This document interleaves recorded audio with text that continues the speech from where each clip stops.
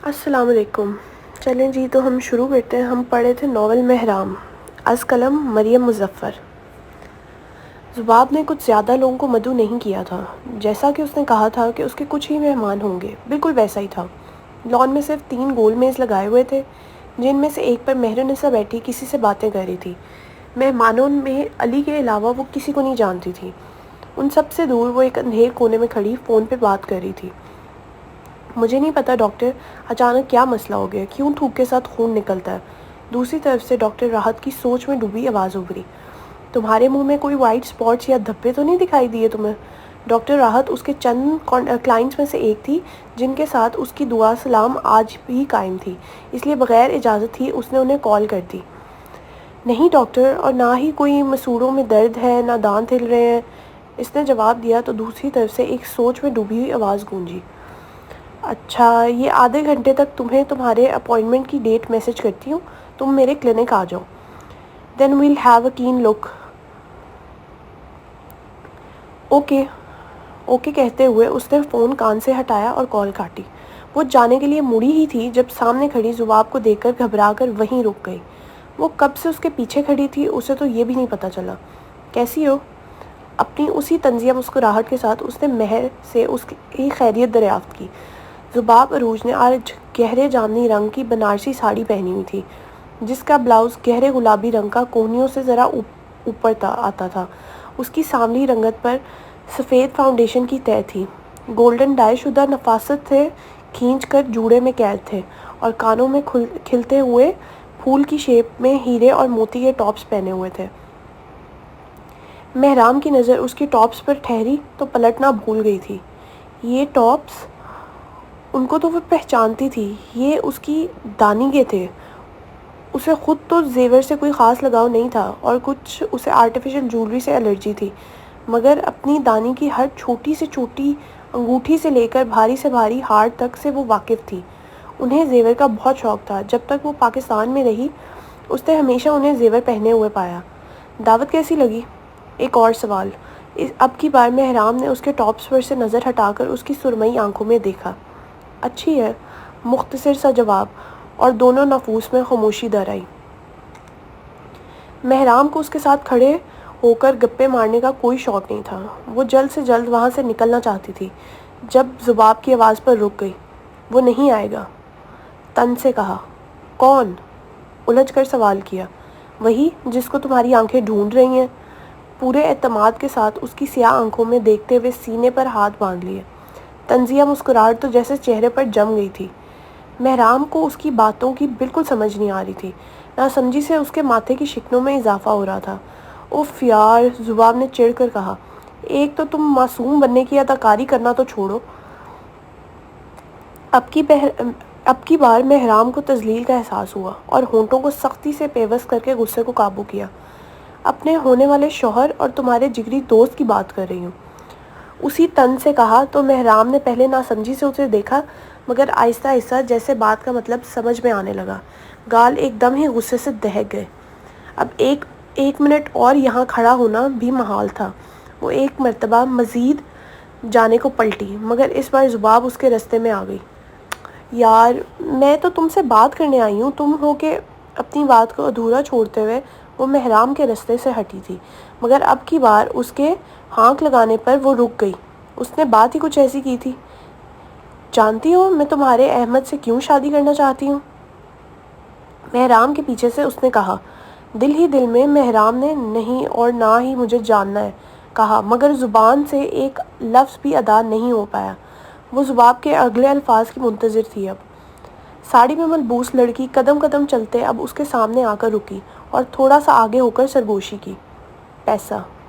محرام کے پلے کچھ نہیں پڑا تھا، ماتھے کی شکنوں میں اضافہ ہو گیا۔ مجھے تو تمہارے اس پودوں سے پیار کرنے والے کم گو دوست سے شادی کرنے میں کوئی انٹرسٹ نہیں۔ میں تو صرف اس وجہ سے یہ سب کر رہی ہوں تاکہ مجھے میرا حق مل سکے۔ ٹھہر کر مہر کی آنکھوں میں دیکھا۔ جو میرے باپ کی پراپرٹی وہ اس کے نام کر گئے تھے وہ چاہیے مجھے۔ وہ بزنس میرا ہے، گاؤں میں موجود گھر بھی میرا ہے، میرے باپ کی زمین بھی میری ہے۔ لالچ میں ڈوبے ہوئے لہجے میں وہ محرام کو بہت سی باتوں سے آگاہ کر رہی تھی۔ محرام کے ماتھے کی لکیریں آہستہ آہستہ کم ہوتی گئی، تنے ہوئے اعصاب ڈھیلے پڑ گئے۔ وہ جو اتنے عرصے سے سمجھتی آ رہی تھی کہ زباب احمد کو پسند کرتی تھی، وہ سب جھوٹ تھا۔ کیا؟ ایک منٹ، تم یہ سب اس لیے؟ مجھے لگا کہ تمہیں لگا کہ میں اس پر فدا ہو گئی ہوں۔ توہین سے بھرپور لہجے میں کہکا مارا۔ ایسا کیا ہے اس میں جو میں مر مٹوں؟ نہ ہی اس کے پرکشش جاذب نظر نقوش ہیں جو سامنے والے کو سوچنے میں مجبور کر دیں، اور نہ ہی وہ اتنا حسین کہ کائنات کا فرد فرد اس کی شان میں قصیدے کہے۔ وہ اب واضح محرام کی نقل چرا رہی تھی۔ عام سی شکل ہے اس کی۔ کندھے اچکاتے ہوئے بہت بے نیازی سے کہا۔ صورتیں خدا طے کرتے ہیں۔ غصے سے لال ہوتے چہرے کے ساتھ اس نے رک رک کر کہا۔ ہاں، اور اسی لیے اس نے تمہیں اتنی عام سی شکل دی اور تمہاری بہن کو اتنا جاذب نظر بنایا۔ اس نے ہنستے ہوئے محرام کی سب سے نازک جگہ پر وار کیا، اس کی انسیکیورٹیز۔ وہ خود کو ہمیشہ خوبصورتی کے معاملے میں جگن سے کم تر سمجھتی تھی، مگر آج کسی اور کے منہ سے یہ الفاظ سن کر اسے لگا کسی نے اس کی ساری ہستی ایک پاؤں کے نیچے کچل دی ہو۔ وہ زباب کو کہنا چاہتی تھی، تم بھی کوئی بہت حسین نہیں ہو، مگر زبان نے ساتھ ہی نہ دیا تھا۔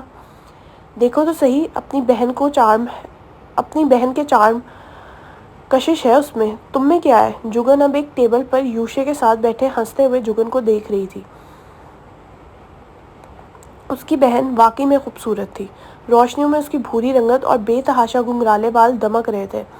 اس کے مقابلے میں تم کچھ نہیں ہو محرام ہمایوں، تم صفر ہو، زیرو، تم کچھ نہیں ہو۔ چہرے کی طرف جھکتے ہوئے اس نے زہرنما سرگوشی کی تھی، مگر محرام صرف اس زہر کو اپنے اندر اڈیل رہی تھی۔ نظر اس کی ابھی بھی ہنستی ہوئی جگن پر تھی۔ وہ ہر لحاظ سے مکمل تھی، نہ کوئی دانتوں کا مسئلہ، نہ کوئی کمزوری کا مسئلہ جس کی وجہ سے محرام کی طرح اسے بھی وائٹامنز کی ٹیبلٹس لینی پڑے۔ وہ واقعی میں آئیڈیل تھی، اس کی بہن آئیڈیل تھی، کسی کی بھی ہو سکتی تھی۔ Enjoy the party. فاتحانہ ادا بت بنی محرام پر ڈالتے ہوئے وہ وہاں سے چلی گئی تھی، جب رستے میں ہی اسے ایک آواز نے روک لیا۔ I must say, I'm impressed۔ وہ علی اصغری تھا، بازل کا وکیل، جو پچھلے 15 منٹ سے وہاں ہونے والی ان کی گفتگو سن رہا تھا۔ زباب نے ان کی طرف دیکھا اور پھر آہستہ آہستہ قدم اٹھاتی اندر جاتی محرام کو دل کو بے تحاشائی سکون ملا تھا۔ مجھے دھمکی دے رہی تھی، پوری عمر اب نظریں نہیں ملائے گی مجھ سے۔ اتراتے ہوئے اس نے اپنی تعریف میں اضافہ کیا۔ اچھا کیا، بہت اچھا کیا۔ بی بی نے آج میری کال بھی کاٹ دی تھی صبح۔ ہاتھ میں کوک کا گلاس تھامے وہ زباب سے تھوڑے ہی دور کھڑا تھا۔ میں سمجھوں گا میرا بدلہ بھی تم نے لے لیا عروج۔ ہاتھ میں پکڑے گلاس سے گھونٹ بھرتے ہوئے اس نے اپنی شاطر نگاہوں سے زباب کو دیکھا۔ پتہ نہیں کیوں لیکن یہ عورت اسے احمد جہاں زیب کی بربادی لگتی تھی۔ تمہارا بدلہ؟ زباب طنزیہ ہنسی۔ ایک بات یاد رکھنا۔ وہ چل کر ایک قدم آگے آئی۔ زباب عروج خود غرض ہے، جب احسان کسی کا نہیں لیتی تو بدلہ کیوں کسی کا لے؟ اپنی سرمئی آنکھوں سے گھورتے ہوئے وہ اسے وارن کروا کے مڑنے والی تھی جب بیچ میں رکی۔ اور ہاں، ایک اور بات، ساڑی کا پلو ٹھیک کیا۔ اٹس زباب فار یو۔ علی کی خوشی جھاگ کی ماند ایک لمحے میں بیٹھ گئی، منہ کے زاویے ناپسندیدگی میں بدل گئے۔ وہ زباب تھی، وہ کیوں پرواہ کرتی کسی علی کے غصے کی؟ 2 سال پہلے رات کے کوئی 12 بج رہے تھے۔ اپنی ماں کے ساتھ بحث ہونے کے بعد وہ یوں ہی بیڈ پر آڑی ترچھی لیٹی تھی۔ کمرے کا دروازہ عادت کے خلاف آج بند رکھا ہوا تھا۔ کمرے میں کوئی روشنی کا مرکز نہیں تھا، یہاں تک کہ بالکنی کے آگے بھی پردے دیے ہوئے تھے۔ اے سی کی ٹھنڈک ہوا سے بے نیاز وہ بالکل اس کے نیچے کروٹ موڑے لیٹی تھی۔ وہ یوں ہی لیٹی ہوئی تھی جب دروازے پر ہلکی سی دستک ہوئی اور مہرالنساء فکر مند چہرے کے ساتھ اندر داخل ہوئی۔ محرام کے کمرے کا دروازہ بند تھا، مطلب معاملہ سیریس تھا۔ مہر، کیا ہوا بچے؟ اتنی دیر سے اسی حالت میں لیٹنے کی وجہ سے اس کا جسم جامد ہو گیا تھا۔ اے سی کی ہوا اسے کبھی راس نہیں آئی تھی۔ آگے بڑھ کر انہوں نے اس کے ماتھے پر ہاتھ رکھا۔ طبیعت تو ٹھیک ہے تمہاری؟ پھر ایسے کیوں لیٹی ہو؟ فکر مندی سے سوال کیا۔ ایسے ہی۔ بیڈ کے کنارے پر لگا کمفرٹر اٹھا کر اس نے اپنے اوپر لیا اور بیڈ گراؤنڈ سے ٹیک لگا کر بیٹھ گئی۔ مجھے جبین نے بتایا تھا کہ تمہارے اور عین کی بحث ہوئی ہے۔ اس کی ٹھنڈے یخ ہاتھ پر اپنا گرم ہاتھ رکھتے ہوئے انہوں نے سوال کیا۔ نہیں، وہ اتنی تھک چکی تھی کہ اب بولنے کی بھی سکت نہیں تھی۔ کچھ دیر مہرالنساء اسے یوں ہی دیکھتی رہی، پھر اٹھتے ہوئے انہوں نے اے سی کی سپیڈ تھوڑی کم کی۔ آگے بڑھ کر اس کا بکھرا ہوا کمرہ سمیٹنے لگی۔ وہ کہنا چاہتی تھی مت کریں، رمشا کر لے گی، مگر دماغ میں اس وقت ایک ہی آواز گونج رہی تھی، انسان نہیں، احسان فراموش اور ناپاک وجود ہے وہ۔ تمہاری دانی تمہیں کبھی سچ نہیں بتائے گی، کبھی نہیں۔ ظاہر ہے اپنی گردن جو جھک گئی تھی کزن کی حرکت پر۔ کمرہ سمیٹ کر مہرالنساء جانے والی تھی جب وہ ان کو پکار بیٹھی، دانی؟ ہوں؟ انہوں نے رکتے ہوئے اسے دیکھا۔ کمرے میں یکدم گھٹن کا احساس ہونے لگا۔ اب کیا پوچھوں؟ اس سے پہلے کہ مہرالنساء اس سے پوچھتی کیا ہوا ہے، وہ بالآخر بول پڑی۔ احمد کی اصلیت کیا ہے دانی؟ وہ کس کی اولاد ہے؟ اس کی ماں نے ایسا کیا کیا تھا جو آپ کی گردن جھک گئی؟ رک کر وہ اپنے الفاظ کا چناؤ کر رہی تھی۔ اگر اس نے ابھی نہ پوچھا تو اس کا دماغ سوچ کر پھٹ جائے گا۔ مہرالنساء کچھ لمحے اپنی نواسی کو دیکھتی رہی، پھر ایک تھکی ہوئی سانس خارج کی۔ قرۃالعین نے بتایا یہ سب؟ انہوں نے سوال کیا تو اس نے فوراً گردن ہاں میں ہلا دی۔ تھکے قدموں کے ساتھ وہ چلتی ہوئی آئیں اور بیڈ پر اس کے سامنے بیٹھ گئی۔ نرمی سے اس کا ہاتھ پکڑا اور پھر اس کی طرف دیکھا۔ جاننا چاہو گی؟ دھیرے سے گردن ہاں میں ہلائی۔ پورے کمرے میں اب ایک نائٹ بلب سے آتی نارنجی روشنی تھی جب اس کی دانی کی ماضی کی تلخ یادوں میں ڈوبی ہوئی آواز آئی، میری شادی کم عمری میں ہو گئی تھی۔ وجہ یہ تھی کہ ہماری کوئی مجبوری تھی۔ وجہ یہ تھی میں وقت سے پہلے بہت بڑی ہو گئی تھی۔ منیر 3 سال کا تھا تو میری امی کی ڈیتھ ہو گئی۔ ماؤں کی طرح پالا ہے اسے میں نے، بہت عزیز تھا مجھے۔ جب میں شادی کے بعد یہاں آئی تو کچھ ہی مہینوں میں میری چچی کے پیچھے سے موت ہو گئی۔ یہ سب وہ جانتی تھی، مگر پھر ایسا کیا تھا جو وہ نہیں جانتی تھی، اور اس کی ماں اسے عجیب کشمکش میں ڈال گئی تھی۔ میری چاچی کے 2 بیٹوں کے بعد ایک ہی بیٹی تھی، ہبا۔ وہ کوئی تقریباً 6 سال کی تھی جب اس کی امی کی وفات ہو گئی۔ کیونکہ اس گھر میں اب کوئی عورت نہیں تھی جو اس کی پرورش کر سکے تو میرے ابا اور چچا نے اسے میرے پاس بھیج دیا۔ اس وقت قرۃالعین پیدا نہیں ہوئی تھی۔ خیر، سانس خارج کی۔ 1 سال بعد جب قرۃالعین پیدا ہوئی تو ان دنوں میری میڈیکل کی پڑھائی چل رہی تھی۔ پورا دن ہبا قرۃالعین کے ساتھ لگی رہتی، اس کے چھوٹے سے چھوٹے اور بڑے سے بڑے کام کرتی۔ وہ بے بسی سے ہنسی۔ محرام دھیان سے ان کا نارنجی روشنی میں ڈوبا چہرہ دیکھ رہی تھی۔ ہبا بہت پیاری تھی، بہت زیادہ۔ شاید ہی میں نے ابھی تک اس سے زیادہ خوبصورت کوئی دیکھا ہو۔ بچپن میں ہی اسے منیر کے ساتھ منسوب کر دیا گیا تھا۔ دونوں یہ بات جانتے تھے، مگر فرق یہ تھا کہ منیر جتنا اس معاملے میں سنجیدہ تھا، ہبا اتنی ہی غیر سنجیدہ۔ اسے فرق نہیں پڑتا تھا اس کی شادی کسی سے بھی ہو، مگر جب تک اس کی ملاقات جہاں زیب سے نہیں ہوئی تھی۔ ان کا لہجہ اچانک ہی عجیب ہو گیا۔ جہاں زیب ہبا کی یونیورسٹی میں اس کا پروفیسر تھا، 40 سالہ غیر شادی شدہ۔ یہ بات تھی جو محرام کو معلوم نہیں تھی۔ اسے ہمیشہ یہی کہا گیا تھا کہ جہاں زیب اور ہبا دوست ہوا کرتے تھے۔ جب مجھے اس کے بارے میں پتہ چلا تو پہل تو میں نے اسے ٹال دیا، مگر بعد میں معاملات پیچیدہ ہو گئے جب ہبا نے منیر سے شادی کے لیے انکار کر دیا۔ گھر والے اس کے انکار کی وجہ نہیں جانتے تھے، وہ صرف میں جانتی تھی، اور میں کیسے برداشت کر لیتی کہ جس لڑکی کی تربیت میرے ہاتھوں میں ہوئی ہو، بچپن سے ہی میرے بیٹوں جیسے بھائی کی خوشی ہو، وہ اب کسی اور سے شادی کر لے۔ محرام کو ان کا لہجہ عجیب لگا۔ وہ کہنا چاہتی تھی کہ دانی، غلطی آپ کی ہے، وہ ایک جیتی جاگتی انسان تھی، ان کی خواہشات پر آپ کا حق نہیں تھا۔ مگر وہ چپ رہی، ہمیشہ کی طرح سامنے والے کی ناراضگی کے ڈر سے۔ اس نے اپنے دل سے نکلتی آواز کا گلا گھونٹ دیا۔ میں نے اس کا گھر سے نکلنا بند کر دیا۔ ہاں مانتی ہوں میں خود غرض ہو گئی تھی، مگر مجھے لگا تھا تھوڑی سی سختی کروں گی تو دماغ پر سے نئی محبت کا بھوت اتر جائے گا، لیکن میں غلط تھی۔ ایک ٹھنڈی اداس سانس خارج کی۔ میری سختی الٹا میرے ہی گلے پڑ گئی اور وہ بھاگ گئی، کسی کو بھی بتائے بغیر گھر سے جہاں زیب کے ساتھ بھاگ گئی۔ اس بات نے تو جیسے سب پر آسمان گرا دیا تھا۔ میرے باپ نے مجھ سے قطع تعلق کر لیا۔ ہبا کے بھائیوں اور باپ نے مجھے جان سے مارنے کی دھمکی دی تھی۔ انہیں لگا ہبا کو میں نے بھگایا ہے، مگر میں کیوں کچھ ایسا کروں گی؟ اس ساری صورتحال میں صرف منیر میرے ساتھ کھڑا رہا تھا، مجھے ڈیفینڈ کرتا۔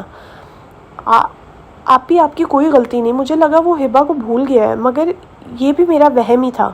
وہ ہبا کو نہیں بھولا تھا۔ انہوں نے مہر کی طرف دیکھا۔ ان کی آنکھوں میں خوف تھا، ایسا خوف جو کسی اپنے کو بربادی کی طرف جاتا دیکھ کر ہوتا ہے۔ وہ پاگلوں کی طرح اسے ڈھونڈ رہا تھا، چاہے وہ زندہ نکل آئی یا مردہ، اسے وہ چاہیے تھی۔ وقت گزرتا گیا، کرتلین کی بھی شادی ہو گئی، وہ آسٹریلیا چلے گئی، اور پھر 1 سال بعد ہبا واپس آئی، مگر اس حلیے میں نہیں جس میں گئی تھی، بلکہ ڈری سہمی، گھبرائی ہوئی۔ مہرام نے دانی کی آنکھوں میں دیکھنا چاہا، مگر وہ حال میں نہیں تھی۔ وہ دوبارہ سے وہ سب مناظر جی رہی تھی، اجڑی چادر میں اور کپڑوں میں لپٹی ایک نومولود بچے کے ساتھ۔ اس کے سیاہ بال عجیب جالی دار ہو چکے تھے۔ وہ میری ہبا نہیں تھی، وہ تو شاید تبھی میری نہیں رہی تھی جب اس نے جہاں زیب کو دل دے دیا تھا۔ آنکھیں بند کی اور پھر کھولی، تھوڑا سا وقفہ لیا اور بات دوبارہ شروع کی۔ خیر، میں اس سے نہیں ملی، اور کیوں ملتی اس سے؟ اس کی وجہ سے میرے باپ میرے سے ناراضگی کی حالت میں مر گئے۔ میرے چاچو نے مجھ سے قطع تعلق کر لیا۔ وہ مجھے روند کر گئی تھی، سینے سے کیسے لگا لیتی اس کو؟ ان کی آنکھیں نم ہو رہی تھی۔ باہر چوکیدار ہی کو وہ بچہ تھما کر چلے گئی۔ نگاہوں کے سامنے بالکنی میں کھڑی مہرالنساء تھی، جو نیچے کھڑی چوکیدار کی منت کرتی ہبا کو دیکھ رہی تھی۔ اس کا کہنا تھا کہ شادی کے 3 ماہ بعد تیز بخار کی وجہ سے جہاں زیب مر گیا تھا، اور میرا دل کہتا ہے یہ جھوٹ ہے۔ وہ مرا نہیں تھا، یقیناً اسے چھوڑ کر چلا گیا تھا۔ اس کا کہنا تھا تب سے اب تک وہ ایک کمرے کی چھوٹی سی بیٹھک میں رہ رہی تھی، اور ساتھ ایک پرائیویٹ اسکول میں ٹیچر تھی، مگر 3 ماہ پہلے جب سے اس کا بیٹا پیدا ہوا تھا تب سے اس کی جان خطرے میں تھی۔ مجھے نہیں پتا اس کی جان کو کیا خطرہ تھا، اور نہ ہی مجھے جاننا تھا۔ گھر سے بھاگنے والی ہر لڑکی کے ساتھ ایسا ہی ہونا چاہیے جیسا اس کے ساتھ ہوا تھا۔ ان کی بات کے درمیان پہلی مرتبہ مہرام بولی، تو آپ کو جب ہبا سے اتنی نفرت تھی تو آپ نے احمد کو کیوں رکھا؟ اس کے سوال پر ان کی چلتی ہوئی زبان رک گئی، جیسے چوری پکڑی گئی ہو۔ میں نہیں جانتی۔ ہبا نے تو اس کا نام تک نہیں رکھا تھا، بس ایک التجا کی تھی کہ اس کے نام کے آخر میں جہاں زیب ضرور لگائیے گا۔ اس کا باپ دنیا کا سب سے بہترین آدمی تھا، اور اسے فخر ہونا چاہیے کہ وہ اس کا بیٹا ہے۔ وہ تلخی سے ہنسی۔ بہترین آدمی، مائی فٹ۔ گھر سے بھگا کر لے جانے والے مرد بہترین نہیں، بے غیرت ہوتے ہیں۔ مہرام انہیں حیرت سے دیکھ رہی تھی۔ اتنے عرصے بعد بھی اپنی انا پر لگنے والا دھبا انہیں آج بھی یاد تھا۔ آپ نے میری بات کا جواب نہیں دیا دانی۔ ان کی بات ختم ہوئی تو وہ بولی۔ مہرالنساء نے اسے حیرت سے دیکھا۔ آپ کو جب اتنی نفرت تھی احمد کے ماں باپ سے تو آپ نے اسے کیوں اپنے پاس رکھا؟ آرفنیجز ہوتے ہیں، وہاں کیوں نہیں دے دیا؟ تھکی تھکی سی آواز کے ساتھ وہ سوال کر رہی تھی۔ کچھ دیر مہرالنساء اسے خالی نگاہوں سے دیکھتی رہی، اور وہ ان کا عکس تھی، بالکل ویسے نقش جیسے ان کے تھے، وہی سیاہ آنکھیں، وہی فریکل زدہ چہرہ، اور وہی جلد سفید رنگت۔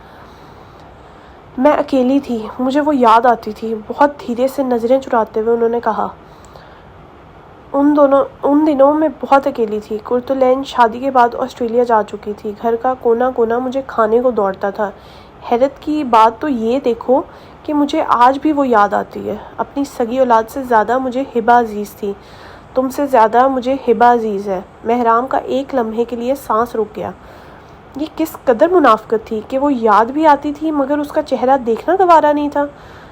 اس دن جب میں نے اسے دیکھا، میرا دل کیا میں اسے کہیں نہ جانے دوں، اپنے پاس رکھ لوں، اس کی مشکلات دور کر دوں، مگر میں نہیں گئی۔ یہ اس کی سزا تھی، اسے کاٹنی چاہیے تھی۔ دھوکے بازوں اور احسان فراموشوں کی یہی سزا ہوتی ہے۔ وہ آخر میں اکیلے رہ جاتے ہیں، ان کا کوئی نہیں ہوتا۔ ان کی آنکھیں نم ہو رہی تھی۔ مجھے جبین نے کہا تھا کہ اس بچے کو کہیں اور چھوڑ آئے، مگر میں کیا کرتی؟ وہ ہبا کی اولاد تھی، میری ہبا کی اولاد۔ نقش اس کے بھلے ہی اپنے باپ پر گئے ہوں، مگر اس کی جلد اتنی کم عمری میں بھی اپنی ماں کی طرح گندمی اور چمکتی تھی۔ وہ ہبا کا نہ ہو کر بھی ہبا کا تھا۔ میں بھی تو ماں ہوں، پھر پگھل گئی، رکھ لیا اسے، اور اس کا نام بھی اسی وقت میں نے ہی رکھا تھا، احمد جہاں زیب۔ تعریف اور سجاوٹ کے قابل۔ آنکھوں سے نکلتے آنسوؤں کو آرام سے صاف کیا۔ خیر، اب وہ ماضی تھا، اور یہ حال، اور میں جانتی ہوں اب اس حال میں کوئی دھوکے باز نہیں ہوگا۔ جو غلطیاں میں نے ہبا اور منیر کی تربیت میں کی تھی وہ میں احمد کے ساتھ نہیں دہراؤں گی۔ یہی میرا عزم تھا، اور میں فخر سے یہ کہہ سکتی ہوں کہ میرا بیٹا اپنی سگی ماں پر نہیں جائے گا۔ ان کی گردن خود بخود سیدھی ہوئی اور اکڑ گئی۔ اب ان کی آنکھیں نم نہیں تھیں، ان میں چمک تھی، غرور تھا اور فخر۔ مہرام ہلکا سا مسکرائی اور آگے بڑھ کر انہیں گلے لگایا۔ اس کے سر پر اپنی گال ٹکائے وہ اس کے بال سہلا رہی تھی۔ آئی لو یو دانی، بازوں کی گرفت مضبوط کرتے ہوئے اس نے کہا۔ آئی لو یو ٹو بیٹے، اس کے بالوں کو چومتے ہوئے انہوں نے کہا۔ یہ سچ تھا کہ انہیں وہ بہت عزیز تھی، مگر احمد سے زیادہ یہ مقام وہ کبھی نہیں لے پائے گی، اور ہبہ سے زیادہ یہ مقام کوئی بھی نہیں لے پائے گا۔ وہ ابھی بھی یہ سوچتی تھی کہ اگر ہبہ کہیں سے ایک دن آئی اور کہا کہ اب مجھے میرا بیٹا دیں تو وہ کیا کریں گی؟ جسم سے روح نکلنے کا منظر کیسا ہوتا ہے، یہ پہلا جواب ان کے ذہن میں آتا تھا۔ آج دعوت پر بالآخر کھانا کھل چکا تھا۔ پورے لان میں گوشت کی خوشبو پھیل گئی تھی۔ خوش گپیوں اور غیبتوں سمیت چلتے چھری کانٹوں کی آواز کو چھوڑ کر اگر ہم ولا کا پچھلا دروازہ جو لان کی طرف کھلتا تھا وہاں سے اندر ولا میں داخل ہوں اور سیڑھیاں چڑھنے پر محرام کے سابقہ کمرے میں آئیں تو ہم باتھ روم کا دروازہ بند پائیں گے۔ تھوڑی دیر باہر ٹھہرے رہنے کے بعد ہمیں اندر سے پانی کے بہنے اور کسی کے منہ پر چھینٹے مارنے کی آواز آئے گی۔ نیچے ہونے کے بجائے محرام اوپر باتھ روم میں بند تھی۔ ذباب کی تذلیل کے بعد وہ یہاں بند تھی اور تب سے اب تک وہ بار بار پانی کے چھینٹے زور زور سے منہ پہ مارتی۔ اسے تقریباً کوئی 20 منٹ ہو چکے تھے یہ عمل دہراتے ہوئے۔ مسکارا بہہ کر اتر گیا تھا، لپسٹک تو سرے سے تھی ہی نہیں، بال قلموں سے اور لباس سامنے سے مکمل پانی سے بھیگ چکا تھا۔ کبھی ہچکیاں لے کر روتی تو پانی کا نل بند کر دیتی، پھر جب دوبارہ اس کے الفاظ دماغ میں گونجتے تو پانی مار کر انہیں دور کرنے کی کوشش کرتی۔ وہ جانتی تھی وہ کافی نہیں ہے، مگر کسی اور کے منہ سے سننا یہ ایک الگ طرح کی اذیت تھی۔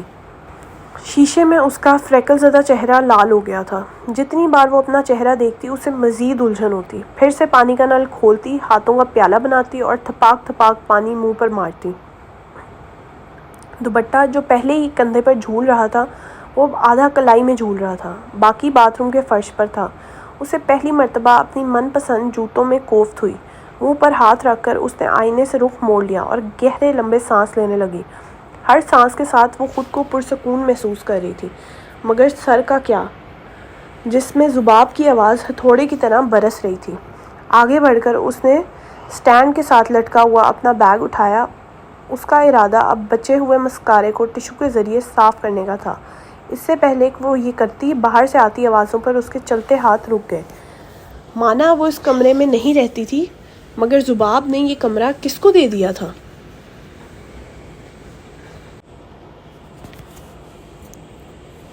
اس کے کان باہر سے آتی ہوئی آوازوں پر جم گئے۔ ذباب کو دیکھا تھا آج؟ یہ حقارت میں ڈوبا ہوا لہجہ ایک لمبے قد والی دبلی پتلی لڑکی کا تھا جس کے بال کانوں تک آتے تھے۔ ہاں نا، اسے ہی تو دیکھا تھا، ایک اور آواز نے ہنستے ہوئے جواب دیا۔ کیسے گھوم رہی تھی ادھر سے ادھر جیسے اپنا گھر ہو۔ دوسری آواز نے اپنی بات میں اضافہ کیا۔ وہ ایک فربیہا لمبے قد والی لڑکی تھی جو اب بیڈ پر سے کچھ ڈھونڈ رہی تھی۔ یہ آوازیں ذہن پر کافی زور دینے پر اسے یاد آیا یہ کون ہے؟ احمد کے ماموں کی بیٹیاں تھیں، ہبہ کے دونوں بھائی جو کینیڈا ہوتے تھے ان کی بیٹیاں۔ لیکن یہ ذباب کے بارے میں ایسے کیوں بات کر رہی تھی؟ وہ تو دوست نہیں تھی ان کی؟ دروازے کے ساتھ بالکل کان جوڑتے ہوئے اس نے سوچا۔ فکر نہ کرو، ایک بار نسا پھپھو چلنا پھرنا شروع کر دیں، پھر دیکھنا کیسے نکالتی ہیں اسے یہاں سے۔ چھوٹے بالوں والی لڑکی نے کمرے کے دروازے سے ٹیک لگاتے ہوئے کہا۔ تم کیوں جل رہی ہو اتنا؟ فربیہا لڑکی نے بیڈ پر سے اپنا فون اٹھاتے ہوئے اس کا مذاق اڑایا۔ میں کیوں جلوں گی؟ ساڑی دیکھی تھی اس کی؟ ایک ہی جملے میں اس نے دوبارہ لہجے بدلے تھے۔ محرام کو یاد آیا نیچے اس نے ذباب کی ساڑی کی تعریفیں بہت ہی دل سے کی تھی۔ ہاں تو؟ سامنے سے جواب ملا۔ اتنا ڈارک کلر تھا، اس پر بالکل نہیں سوٹ کر رہا تھا۔ ایک تو اس کی آنکھیں بھی ڈائن جیسی تھی اور اوپر سے ان کی آوازیں اب دور جا رہی تھی۔ شاید وہ فون لینے آئی تھی اور وہ مل گیا تو وہ چلی گئی۔ مگر محرام یہ نہیں سوچ رہی تھی، وہ اس بات پر غور کر رہی تھی کہ محرام تو ایک ایسی لڑکی سے ڈر رہی تھی جس کا کوئی بھی سگا نہیں۔ طنزیہ مسکراہٹ چہرے پر سجائے اب وہ پوری آنکھیں اٹھا کے شیشے میں اس نے دیکھا۔ پرس سے ٹیشو نکالتے ہوئے اس نے چہرہ صاف کیا۔ اس کا ہنسنے کو دل چاہ رہا تھا، زور زور سے، ویسے ہی کہکے لگا کر جیسے ذباب اس پر ہنسی تھی، مگر وہ محرام تھی اور دوسری طرف ذباب، دونوں میں زمین آسمان کا فرق تھا۔ اللہ ذباب، تم مجھے نیچا دکھا رہی تھی، تمہارا تو کوئی بھی سگا نہیں ہے۔ فرش سے دوپٹہ اٹھایا اور پہلے گردن کے پیچھے سے ڈالا اور گھما کر کندھے پر ڈالا۔ ایک پلو آگے جھول رہا تھا، دوسرا پیچھے۔ ہاتھوں کو پھیر کر بالوں کو ٹھیک کیا۔ ان کے لیے دکھاوا کر رہی ہو واقعی؟ جو کچھ پل پہلے رو رہی تھی جیسے جان نکل رہی ہو، اب یوں مسکرا رہی تھی جیسے زندگی میں کوئی غم دیکھا ہی نہ ہو۔ میرا مقصد تمہیں گرانا نہیں زباب۔ پرس کو بند کر کے لٹکایا۔ گرایا ان کو جاتا ہے جو کسی مقام پر ہو۔ دروازہ کھول کر باہر نکلی۔ اور تمہارے پاس تو کوئی مقام بھی نہیں۔ جن قدموں پر وہ آئی تھی اب ان سے بالکل مختلف قدموں پر وہ چل کر جا رہی تھی، مضبوط اور پرعزم قدم۔ دعوت ختم ہونے کے قریب تھی جب بہرام کچن میں پانی پینے آئی تھی۔ سنسان کچن میں برتنوں کا ڈھیر لگا ہوا تھا جو اب نہ جانے کس معصوم کی قسمت میں دھونے کے لیے آنے تھے۔ آگے بڑھ کر فریج سے اس نے پانی کی بوتل نکالی اور پانی گلاس میں انڈیلنا شروع کیا۔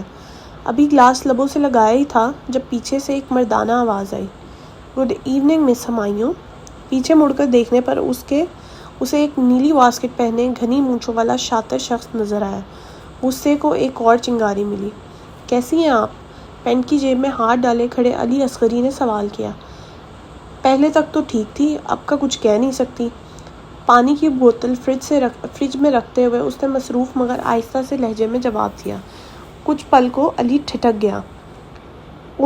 اوکے بھائی، بائی دا وے میں نے آپ کو کال کی تھی مگر آپ نے کاٹ دی۔ آپ کو لگا ہوگا میں نے کوئی فضول بات کرنی ہے، مگر بھروسہ رکھیں میرا ٹیسٹ اتنا برا بھی نہیں۔ خیر، آپ کے بھائی کا ہی پہ ایک پیغام دینا تھا۔ وہ ابھی بات کر ہی رہا تھا جب مہرام نے اس کو ٹوکا۔ About that, I'm switching up the lawyers or more better upgrading them. کیا مطلب؟ آج پتہ نہیں کیوں اس لڑکی سے اسے تھوڑا خوف محسوس ہو رہا تھا۔ اب طنز کے تیر وہ برسا رہی تھی۔ میں لائرز چینج کر رہی ہوں۔ آپ کو بھلے ہی بازل نے ہائر کیا ہو مگر اب میں مزید آپ کے ساتھ کام نہیں کر سکتی۔ علی کو لگا وہ مذاق کر رہی ہے۔ ہلکا سا کہکا لگا کر اس نے مہرام کو زچ کرنے کی کوشش کی جس کا اس نے بالکل اثر نہ لیا۔ اوکے بٹ کیا آپ کے اس عظیم فیصلے کے متعلق آپ کا بھائی جانتا ہے؟ اس سے پوچھ کون رہا ہے؟ جیل کے باہر میں ہوں، وہ تو نہیں، تو فیصلہ بھی میں ہی کروں گی، وہ نہیں۔ وہ مسکرا رہی تھی مگر یہ عام مہرام کی مسکراہٹ نہیں تھی، یہ شاید اس کی ڈارک سائڈ کی مسکراہٹ تھی، طنزیہ اور حقیر۔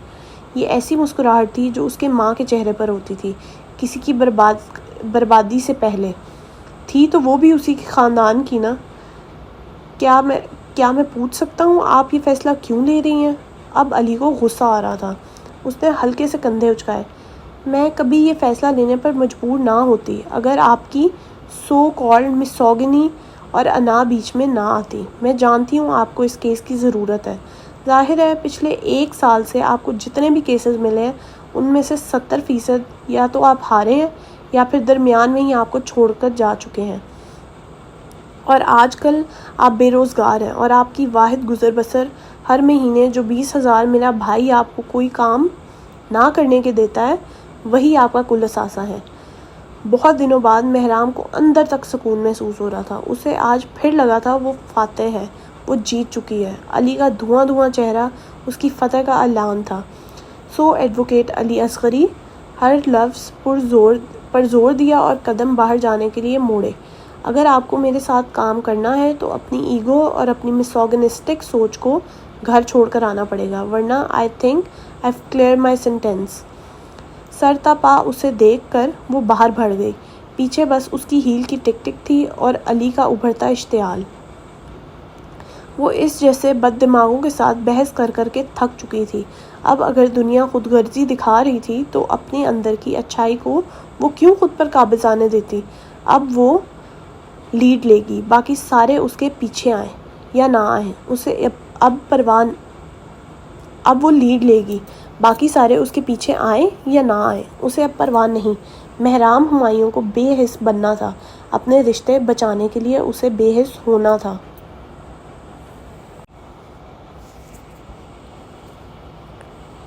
احمد جہاں زیب اور زباب عروج کی شادی کو 2 ہفتے 1 دن رہ گئے تھے۔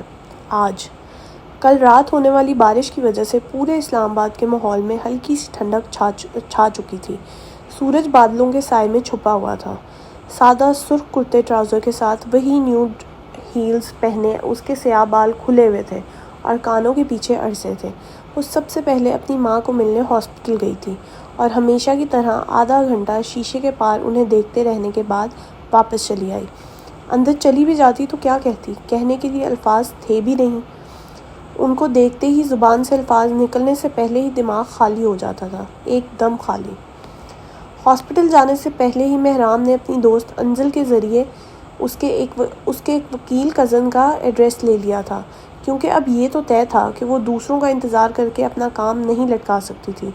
خدا نے اسے بھی دماغ دیا، ہر عورت کو دیا ہوتا ہے، وہ تو بس معاشرے کے تانوں اور سٹینڈرڈز میں دب کے رہ جاتا ہے۔ اس کی چلتی ہوئی گاڑی ایک پسماندہ عمارت کے سامنے رکی۔ طارق چچا کی بیٹی کی طبیعت آج بھی خراب تھی، اسی لیے ان کے بجائے ان کا بیٹا آیا تھا۔ پچھلے دروازے کو کھولتے ہوئے اس نے قدم باہر رکھے تو ساتھ ہی گندے پانی کے کھڑے ہوئے تالاب میں اس کا پاؤں جا لگا۔ تھوڑا سا پانی چھلک کے اس کے جوتوں میں داخل ہوا۔ جو سارا موڈ وہ بنا کر آئی تھی 1 منٹ میں تباہ ہو گیا۔ اب ان گیلے جوتوں کے ساتھ چلنا پڑے گا کیا اسے؟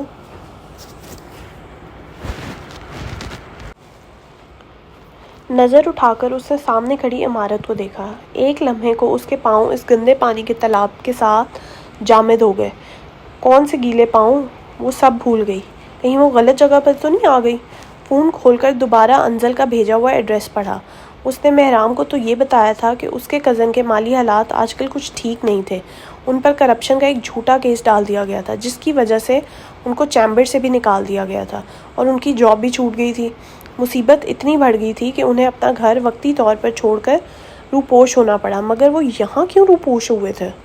اسی عمارت سے اس کا سفر شروع ہوا تھا، مجاہد رؤف سے یاور حبیب تک کی سچائی جاننا، اور اب یہیں پر وہ واپس آ گئی تھی۔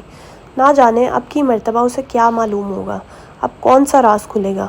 اپنی ساری غیر مثبت سوچوں کو جھٹکتے ہوئے وہ بلڈنگ کے اندر بڑھی۔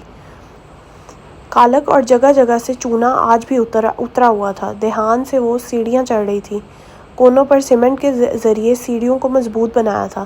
پتہ نہیں کیوں مگر اس کا دل اندر ہی اندر کہیں ڈر رہا تھا۔ فون نکال کر اس نے دوبارہ ایڈریس دیکھا، فلور نمبر 3، فلیٹ نمبر 16، اور وہ جو اگلا قدم اٹھا رہی تھی پاؤں ہوا میں ہی رک گیا۔ دوبارہ سے ایڈریس پڑھا، فلور نمبر 3، فلیٹ نمبر 16۔ یہ تو نہیں ہو سکتا، کیا پتہ وہ لوگ چلے گئے ہوں، اب یہ یہاں آ گئے ہوں رہنے۔ انزل سے ہی اسے معلوم ہوا تھا کہ اس کے کزن کے ساتھ ایک ان کی بیوی اور ان کا سالہ رہتا ہے۔ ان کی کوئی اولاد نہیں تھی۔ سوچوں کو جھٹکتے ہوئے وہ دوبارہ آگے بڑھنے لگی۔ فلیٹ تک پہنچتے وہ ایک ہی دعا کا ورد کرتی رہی، اللہ کرے وہ نہ ہو، اللہ کرے وہ نہ ہو، اللہ کرے وہ نہ ہو۔ ایک آنکھ بند کرتے ہوئے اس نے دروازہ کھٹکھٹایا، کیونکہ گھنٹی غائب تھی۔ ورد ابھی بھی جاری تھا، آنکھیں ابھی بھی سختی سے بند ہوئی تھی۔ قدموں کی آواز پر اس کے لب تیزی سے دعا کرنے لگے۔ دروازہ ایک کلک کے ساتھ کھلا اور سامنے سے نکلنے والا سیاہ بالوں اور سیاہ آنکھوں والا 19 سالہ بائیکر وہیں فریز ہو گیا۔ مہر کی آنکھیں ابھی بھی بند تھیں۔ وہ ہلکا سا مسکرایا اور دروازے سے ٹیک لگائی۔ میرا پیچھا کرنے سے بہتر ہے میرا نمبر ہی لے لو۔ مہر کے ورد کرتے لب ایک دم رکے۔ بار بار یہاں نہیں آنا پڑے گا، میں خود ہی آ جاؤں گا ملنے۔ مہرام نے نظریں اٹھا کر سیف کو دیکھا، جو دروازے کی چوکھٹ سے ٹیک لگائے کھڑا اسے ہی دیکھ رہا تھا۔ اس کی نظریں آج بھی ویسی تھی، گہری اور سکین کرنے والی۔ مہرام کو الجھن ہونے لگی، اور آج ایک مرتبہ مزید مہرام ہمایوں نے بے اختیار دعا کی کہ اے اللہ اس کی آنکھیں کیوں نہیں نکل جاتی۔ 2 سال پہلے صبح کے تقریباً 12 بج رہے تھے جب وہ اپنے کمرے سے جمائی روکتے ہوئے باہر نکلی تھی۔ یہ اس کی ماں کے ساتھ ہوئی بحث کا اگلا دن تھا۔ اس کا ارادہ کچن میں جا کر ناشتے کا تھا۔ ادھ کھلی آنکھوں سے اس نے سیڑھیوں سے نیچے تک کا سفر طے کیا، ڈائننگ ہال کا دروازہ پار کیا اور کچن میں قدم رکھا ہی تھا جب اس کے پاؤں بیچ رستے میں ٹھہر گئے۔ سامنے کھڑے نفوس بھی جو غالباً بحث کر رہے تھے، مہرام کو دیکھ کر خاموش ہو گئے۔ ذباب جو انگلی دکھاتے ہوئے احمد کے سر پر کھڑی تھی اور احمد جو اس کی بات کا کوئی کڑوا جواب دینے والا تھا، دونوں نے مڑ کر مہرام کو دیکھا۔ لگتا ہے میں غلط ٹائم پر آ گئی، شرمندگی سے کہتے ہوئے اس نے پیچھے کی جانب قدم بڑھائے ہی تھے جب ذباب مسکراتے ہوئے اس تک آئی۔ نہیں نہیں، کوئی بات نہیں، میں بس جانے ہی والی تھی۔ مہرام نے ایک ذرا سی نگاہ احمد کے چہرے پر ڈالی جو کچن کاؤنٹر کے پیچھے کھڑا شاید چائے بنا رہا تھا۔ ذباب نے آگے بڑھ کر اس کے کندھے کو محبت سے دبایا اور ایک طرف سے ہوتی ہوئی باہر چلے گئی۔ اب کچن میں صرف احمد اور مہرام تھے اور ابلتے ہوئے پانی کی آواز۔ احمد آگے بڑھ کر اس پانی میں چینی ڈالنے والا تھا جب اس کی نظر دروازے کے سامنے بت بنی کھڑی مہر پر پڑی۔ وہ جب اچانک ہی اندر داخل ہوئی تھی تو احمد کھڑا پتیلی چولہے پر رکھ رہا تھا، جب ذباب اس کی طرف کھڑی انگلی کے اشارے سے نہ جانے کیا کہہ رہی تھی۔ سنا کچھ نہیں تھا، بس دیکھا تھا، اور جو دیکھا تھا اس سے یہ ظاہر تھا وہ دونوں بحث کر رہے تھے، مگر کس بات پر؟ کیا ہوا مہرام، کچھ چاہیے؟ کاؤنٹر پر سے اس نے پتی اٹھائی اور مہرام سے مسکراتے ہوئے پوچھا۔ وہ خاموش کھڑی تھی، تھوڑا سا سٹ پٹا گئی۔ نہیں، وہ ناشتہ کرنا تھا، مگر تم اپنا کام کرو۔ میں رمشا کو آدھا جملہ بول کر وہ مڑنے والی تھی جب احمد کی آواز نے اسے روک دیا۔ مگر رمشا تو گھر پر نہیں؟ کیا مطلب؟ اس نے الجھ کر سوال کیا۔ بوا لوگ 3 دن کی چھٹی پر گئے ہیں، ان کے گاؤں میں کسی کی شادی ہے، تو گھر میں کوئی ملازم نہیں ہے۔ فریج سے دودھ کا ڈبہ نکالتے ہوئے اس نے مصروف لہجے میں کہا۔ اوہ، ملازم نہیں تھے، مطلب اب اسے اپنے کام کاج خود ہی کرنے ہوں گے۔ اوف یار، اس کا کمرہ وہ سیٹ کرنا تھا، آج رمشا نے وہ بھی کیا، خود کرنا پڑے گا اسے اب۔ اس نے ایک نظر دروازے کے پاس پریشان کھڑی مہر کو دیکھا، پھر اپنی رائے پیش کی۔ بولو تو میں ناشتہ بنا دوں؟ تم؟ ہاں میں۔ فکر نہ کرو، انڈا اچھا بنا دیتا ہوں۔ اس نے مسکراتے ہوئے ماحول کا تناؤ کم کرنے کی کوشش کی۔ آخر کار مہرام تھوڑا سا ہنسی اور آگے بڑھ کر کاؤنٹر کے سامنے موجود سٹولز میں سے ایک پر بیٹھ گئی۔ ویسے تم پراٹھا تو نہیں کھاؤ گی نا؟ فریج سے انڈے نکالتے ہوئے اس نے سوال کیا۔ سفید شرٹ کے بازو کٹ کے نشان تک موڑ رکھے تھے۔ تمہیں بنانا آتا ہے؟ وہ پراٹھا نہیں کھاتی تھی، مگر پھر بھی اس نے پوچھ لیا۔ نہیں آتا، اسی لیے تو پوچھ رہا ہوں۔ اس کی بات کے جواب میں مہرام نے اسے کیا مجھے لگا تم ایک کمال کے کک ہو والی نظروں سے دیکھا، جس کے جواب میں احمد نے اس سے بھی زیادہ حیرت سے کہا، مہرام، مجھے صرف 2 سے 3 مین ڈشز آتی ہیں، تمہیں نہیں پتا؟ پتہ نہیں کیوں، مگر اسے برا لگا تھا۔ وہ جو اس کے بارے میں ایک چھوٹی سے چھوٹی بات جانتا تھا، وہ تو اس کو اوپر سے بھی صحیح طرح سے نہیں جانتی تھی۔ مہرام نے کوئی جواب نہیں دیا۔ تم زیادہ تر اپنے کمرے میں ہوتی ہو نا، یا باہر، اسی لیے تمہیں نہیں پتا، مگر میں کھانا ادھر سے ہی کھا کر جاتا ہوں۔ انیکسی میں تو صرف میرا کمرہ یا ضرورت کا سامان ہے۔ آرام سے اس نے اپنی حالت مہر کے گوش گزار کی۔ انڈے کو پیالے میں پھینٹنے کے بعد اب وہ اس میں نمک اور لال مرچیں ڈال کر آملیٹ بنا رہا تھا۔ وہ کوئی ماہر کک نہیں تھا، صرف گزارے کے لیے کچھ ضروری چیزیں بنانا سیکھی تھی اس نے۔ مہرام دھیان سے اس کی ہر حرکت کو دیکھ رہی تھی۔ چولہے پر فرائنگ پین رکھ کر آگ لگانا، تیل ڈالنا، پھر انڈا ڈالنے پر سارے کچن میں تیل کی آواز اور انڈے کی خوشبو پھیل جانا۔ اچانک سے نہ چاہتے ہوئے بھی اسے مہرالنساء کی کل والی باتیں یاد آنے لگی۔ اس کی نظریں خود بخود اس کے ہاتھوں سے ہوتے ہوئے چہرے پر ٹھہر گئی۔ دانی نے کہا تھا وہ اپنی ماں جیسا نہیں لگتا، مگر وہ انہیں پھر بھی پیارا تھا۔ ایسا کیا تھا اس میں جو وہ انہیں پیارا لگتا تھا اور اتنا عزیز تھا؟ اس کی نظریں خود پر محسوس کرتے ہوئے احمد نے اس پر ہلکی سی نگاہ ڈالی تو گھبرا کر اس نے اپنا رخ فوراً موڑ لیا۔ کیا ہوا؟ ہاتھوں کو ٹشو سے صاف کرتے ہوئے سوال کیا۔ وہ دوبارہ اسے دیکھنے لگی۔ ذہن میں ہزاروں سوال امڑ آ رہے تھے، لیکن وہ ان سب کو سلانے کی کوشش کر رہی تھی۔ وہ جانتی تھی اپنے ماں باپ کو لے کر وہ حساس ہے، مگر پھر بھی پتہ نہیں کیسے اس کی زبان پھسلی اور ذہن میں گونجتے الفاظ زہر بن کر باہر نکلے۔ تم نے کبھی اپنی ماما کو ڈھونڈنے کی کوشش نہیں کی؟ حملہ اتنا اچانک تھا کہ وہ جواب جو اب انڈے کا رخ تبدیل کر رہا تھا وہ ہاتھ میں ہی ٹھہر گیا۔ مہر نے بے تحاشا خود پر لعنت بھیجی اور لفظوں کا رخ تبدیل کرنا چاہا۔ نہیں میرا مطلب وہ نروسنس کو چھپانے کے لیے اس نے ایک مرتبہ چہرے پر پھیرے اور پھر انہیں باہم ملایا۔ میرا مطلب تھا کہ تم نے کبھی نہیں سوچا کہ اب تمہارے ماں باپ کہاں ہیں؟ آئی نو ڈھونڈنا فضول ہے، مگر کبھی سوچا نہیں ان کے بارے میں؟ اپنی بات ختم کر کے اس نے کنکھیوں سے احمد کے چہرے کو دیکھا۔ اسے غصہ آ رہا تھا، احمد کو غصہ آ رہا تھا، مگر وہ پی رہا تھا ہمیشہ کی طرح۔ وہ غصہ اندر ہی دبا رہا تھا۔ آنا چاہا، وہ ضبط سے بول رہا تھا۔ تو آ جائیں گی۔ انڈا پلیٹ میں ڈال کر محرام کے سامنے رکھا۔ مجھے خود چھوڑ کر گئی تھی یہاں۔ ٹوسٹر سے بریڈ ڈالی۔ یاد آئی تو آ جائے گی۔ ٹوسٹر سے بریڈ نکال کر محرام کی پلیٹ میں رکھی۔ اپنی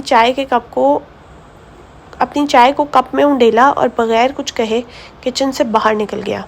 جانتا تھا وہ اب خود کو کوسے گی، مگر جس معاملے کو وہ دل میں دفن کر چکا تھا اسے زندہ کرنے کا حق کسی کو بھی نہیں تھا، اس عورت کو بھی نہیں جو خود اس کے دل میں زندہ تھی۔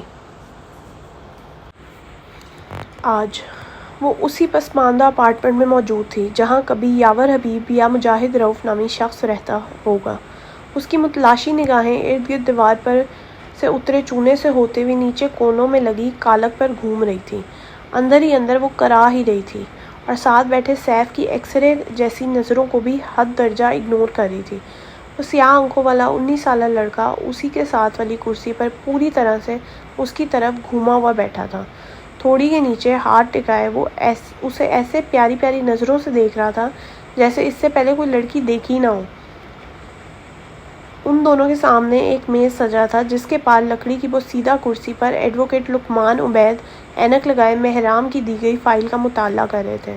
اس فائل میں وہ جتنی بھی انفارمیشن بازل کے کیس کے متعلق جانتی تھی جمع کر کے پیش کی تھی۔ ہاں، اصل کاغذات تو علی کے پاس تھے جو وہ شاید اپنی لاش کے اوپر سے گزرنے کے بعد بھی نہ دیتا، مگر محرام مزید انتظار نہیں کر سکتی تھی۔ وہ اس قصے کو ختم کرنا چاہتی تھی، ونس اینڈ فار آل۔ کچھ دیر وہ یوں ہی گندی سی شکل بنائے ارد گرد کو دیکھتی رہی۔ سیف کی نظریں اسے خوفزدہ کر رہی تھی، مگر وہ ان پر رد عمل ظاہر نہیں کر سکتی تھی۔ عجیب انسان ہے، سامنے بہنوئی بیٹھا ہے، مجال ہے جو دیکھنا بند کر دے۔ پاگل، عجیب، سائیکو۔ اپنے دل میں ابھرتے خیالات کو چہرے تک لانا اس کے لیے آسان نہیں تھا، مگر وہ پھر بھی کوشش کر رہی تھی۔ سامنے پڑی ٹھنڈی چائے کو اس نے ہاتھ تک نہیں لگایا تھا۔ پہلا تو یہ کہ وہ چائے کافی کی شوقین نہیں تھی، اور دوسرا یہ کہ وہ چائے ساتھ بیٹھے عجیب انسان نے بنائی تھی، خدا جانے کیا گھول کر ڈال دیا ہو۔ لمحے سرکتے گئے اور پھر آخر کار لقمان عبید نے ٹھنڈی آب بھرتے ہوئے نظر کے چشمے کو آنکھوں سے اتار کر نزاکت سے ڈبی میں رکھا۔ وہ کسی طرح بھی اس سب گندگی کا ماحول نہیں لگتے تھے۔ سیاہ ڈائی شدہ بال جو پیچھے کو کیے ہوئے تھے اور سفید صاف ستھری شلوار قمیض۔ فائل کو آہستہ سے بند کیا اور محرام کی طرف کھسکا دی۔ وہ حونکوں کی طرح ان کا چہرہ دیکھنے لگی۔ کیا یہ انکار کر دیں گے؟ ہاتھوں کو باہم ملاتے ہوئے انہوں نے کہنا شروع کیا۔ دیکھیے محرم صاحبہ، لو جی، یہ بھی اپنے سالے کی طرح عجیب ہے، نام تو صحیح لے لیں۔ آپ نے مجھے اپنے بھائی کے کیس کے متعلق جو کہانی سنائی ہے وہ میں ماننے کو تیار ہوں۔ آپ کو اپنے سابقہ وکیل پر شک ہے، وہ بھی مان لیا، مگر یہ انفارمیشن، انگلی سے فائل کی طرف اشارہ کیا، یہ ناکافی ہے۔ ان سب کو میں کورٹ میں پیش نہیں کر سکتا۔ محرام کو اپنا دل ڈوبتا ہوا محسوس ہوا۔ سیف ابھی بھی اسے انہی میٹھی میٹھی نظروں سے دیکھ رہا تھا۔ تو کیا آپ بازل کا کیس نہیں لڑیں گے؟ میں کیس لڑنے سے انکار نہیں کر رہا، میں محض یہ چاہتا ہوں کہ اگر آپ کسی وکیل کو اپروچ کر رہی ہیں تو کم از کم معلومات تو پوری لائیں۔ کانٹریکٹ کہانیوں کے ذریعے سائن تھوڑی ہوتے ہیں، مگر معلومات اکٹھی کرنا تو آپ کا کام ہے، آپ وکیل ہیں، میں تو نہیں۔ اس کی بات سن کر وہ ہلکا سا ہنسے، جیسے کہہ رہے ہوں سیریسلی؟ دیکھیں محرم صاحبہ، نام صحیح لے میرا، ہتھیار کے بغیر فوجی کو جنگ میں بھیج دیں گی تو صرف ہار ہی آپ کا مقدر بنے گی۔ وہ بہت ہلکے پھلکے انداز میں اس پر طنز کر گئے تھے۔ یہ سارے وکیل اتنے عجیب کیوں ہوتے ہیں؟ اس نے دل ہی دل میں سوچا۔ غصہ اور بے بسی سے اس نے مٹھی بھینچ لی تھی۔ اسے رونا آ رہا تھا، مگر وہ روئے گی نہیں۔ آنسوؤں سے وہ اپنا رستہ دھندلا کر کے منزل کو نہیں کھونا چاہتی تھی۔ آپ پہلے ایسا کریں کہ اپنے سابقہ وکیل سے تمام معلومات لے کر آئیں۔ جو فائل ان کے پاس ہیں آپ وہ مجھے لا کر دیں۔ آپ کا کیس لینے سے انکار ہی نہیں، بس معلومات مجھے لا دیں۔ وہ اتنے برے نہیں تھے، مگر محرام کو پھر بھی اس وقت وہ اچھے نہیں لگ رہے تھے۔ اس پر گھیرا ہر طرف سے تنگ ہو رہا تھا۔ 2 سال پہلے بھی یہی ہوا تھا اور آج بھی ماضی خود کو دہرا رہا تھا۔ آپ اپنے وکیل سے ایک مرتبہ ملیں، اپنا موقف پیش کریں، ہو سکتا ہے راہیں ہموار ہو جائیں۔ شاید وہ اس کی حالت سمجھ چکے تھے، اسی لیے تسلی سے اسے جواب دیا۔ کچھ دیر مہرام اسی پلاسٹک کی کرسی پر بیٹھی رہی۔ کیا ایک آخری موقع دینا چاہیے تھا اس کو علی کو؟ نامحسوس انداز میں اس کی انگلی دائیں ہاتھ میں چھوٹی انگلی پر موجود انگوٹھی کو گھما رہی تھی۔ بہت سی چیزیں اپنی جگہ پر واپس آ رہی تھی۔ وہ سال پہلے اتاری گئی یہ انگوٹھی دوبارہ اس کی انگلی پر چڑھ چکی تھی۔ کل رات کو ہونے والی بارش نے مہرالنساء ولا کو بھی نکال کر رکھ دیا تھا۔ لان کی گھاس ابھی بھی نم تھی، مگر افسوس گھر کے سارے مکین سو رہے تھے سوائے اس کے۔ وہ لال ایپرن باندھے کچن کی دیوار کی کھڑکی سے خانوں کی صورت میں آتی دھوپ کے پاس کھڑا تھا۔ اس کے سامنے ٹرے پڑی تھی جس پر نہ جانے وہ کون سی نئی چیز آج بنا رہا تھا۔ گھنگرالے بال ماتھے سے نیچے لٹک رہے تھے اور ہاتھوں پر کسی پروفیشنل کی طرح گلوز پہن رکھے تھے۔ ٹرے میں آگے پیچھے وینیلا بیٹر کے گول گول دائرے بنے تھے، شاید آج کے مینیو میں کوکیز تھے۔ وہ ابھی ٹرے میں ایک اور گول دائرے کی صورت میں بیٹر کی تہہ بنانے ہی لگا تھا جب ولا میں کسی کے قدموں کی چاپ سنائی دی۔ گردن اٹھا کر اس نے دیکھا تو کچن کے دروازے سے ایک بھوری رنگت والی لڑکی داخل ہو رہی تھی۔ اس نے لال رنگ کی سلیو لیس لمبی قمیض کے ساتھ سفید پلازو پہن رکھا تھا۔ گھنگرالے بال ہمیشہ کی طرح کھلے ہوئے تھے اور چہرے پر مسکان تھی۔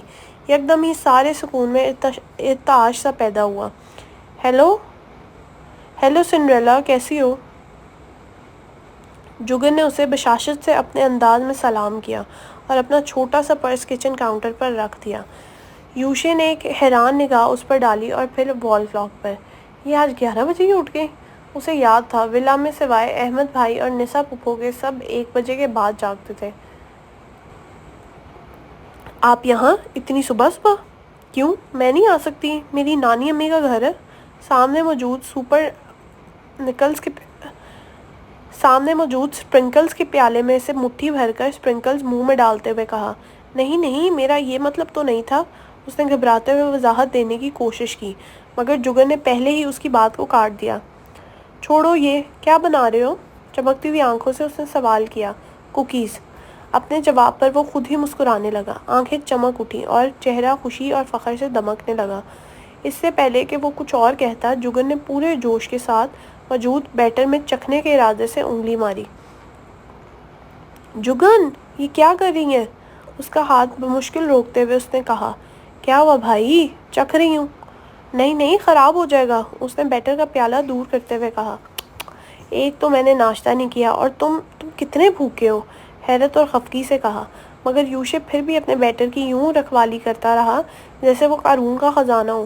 نہ تو میں ماں جبین بوا سے کہتی ہوں مجھے ناشتہ دے دیں، مگر وہ تو یہاں نہیں ہے۔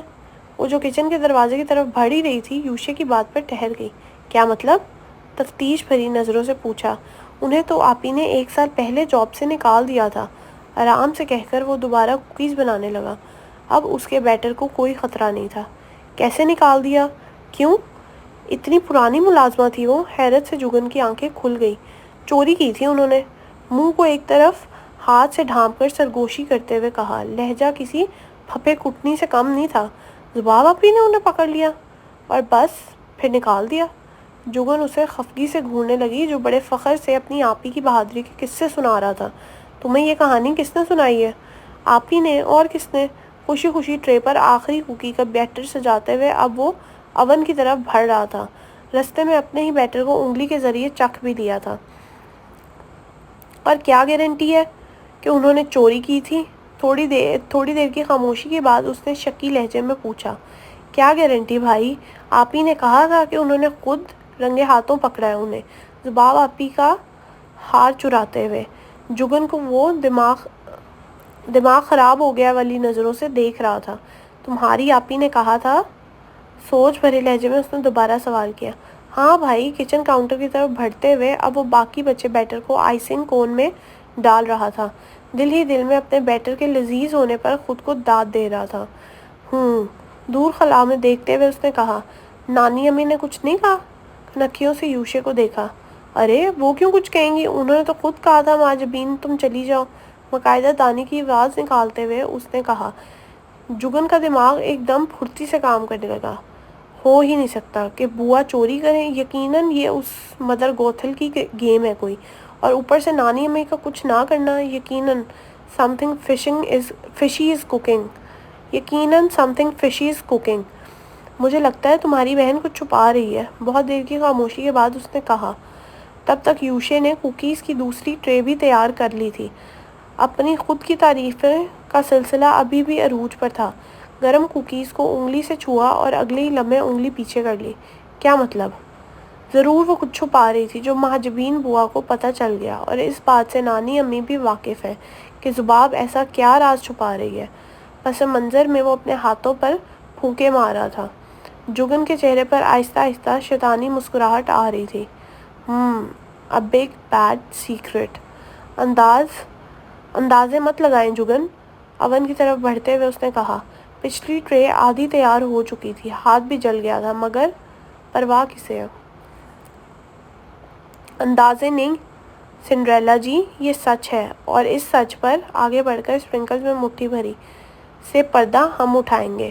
وہ جو گرم گرم ٹرے نکال رہا تھا جگن کی بات پر ٹھٹکا، اور اس سے پہلے کہ ٹرے کو گرنے سے بچاتا اس کا ہاتھ اسی دوران جل گیا. دوبارہ؟ جب کہ جگن کے چہرے پر ایک شیطانی مسکراہٹ آ چکی تھی. وہ بھی دوبارہ.